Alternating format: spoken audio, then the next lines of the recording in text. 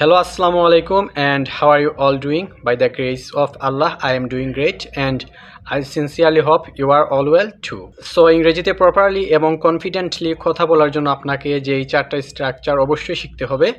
আজকের এই ভিডিওতে আশা করি আমরা খুবই ভালোভাবে এই চারটা স্ট্রাকচার শিখে নিব। মনে রাখবেন এই স্ট্রাকচারগুলোতে সবসময় টু এর পরে ভার্বের বেস ফর্ম বা বি1 বসবে, যেমন to play, to eat, to go. So প্রথম স্ট্রাকচারটি হচ্ছে আই এম এইবল টু। এই স্ট্রাকচারটি মূলত প্রেজেন্ট সিম্পল টেন্সে ব্যবহৃত হয়।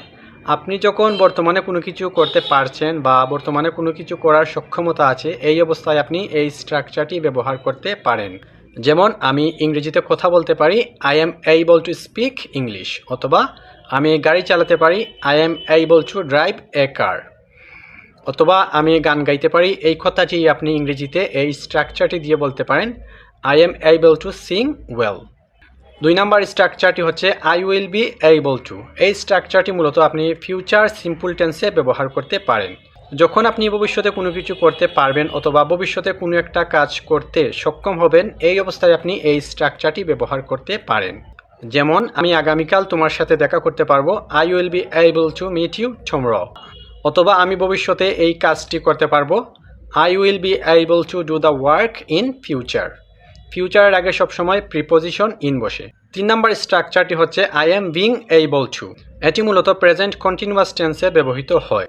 আপনি যখন বর্তমানে কোনো কিছু ধীরে ধীরে করতে সক্ষম হচ্ছেন বা কোনো কিছু করতে পারছেন বর্তমানে, এই অবস্থায় আপনি এই স্ট্রাকচারটি ব্যবহার করতে পারেন।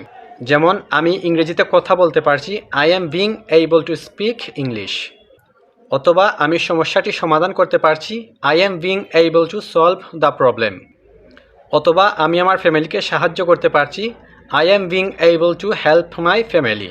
4 নম্বর স্ট্রাকচারটি হচ্ছে আই ওয়াজ এইবল টু। এই স্ট্রাকচারটি মূলত পাস্ট সিম্পল টেন্সে ব্যবহৃত হয়। যখন আপনি অতীতে নির্দিষ্ট কোনো একটা সময়ে কোনো কিছু করতে পেরেছিলেন বা অতীতে কোনো কিছু করার সক্ষমতা হয়েছিল, এই অবস্থায় আপনি এই স্ট্রাকচারটি ব্যবহার করতে পারেন।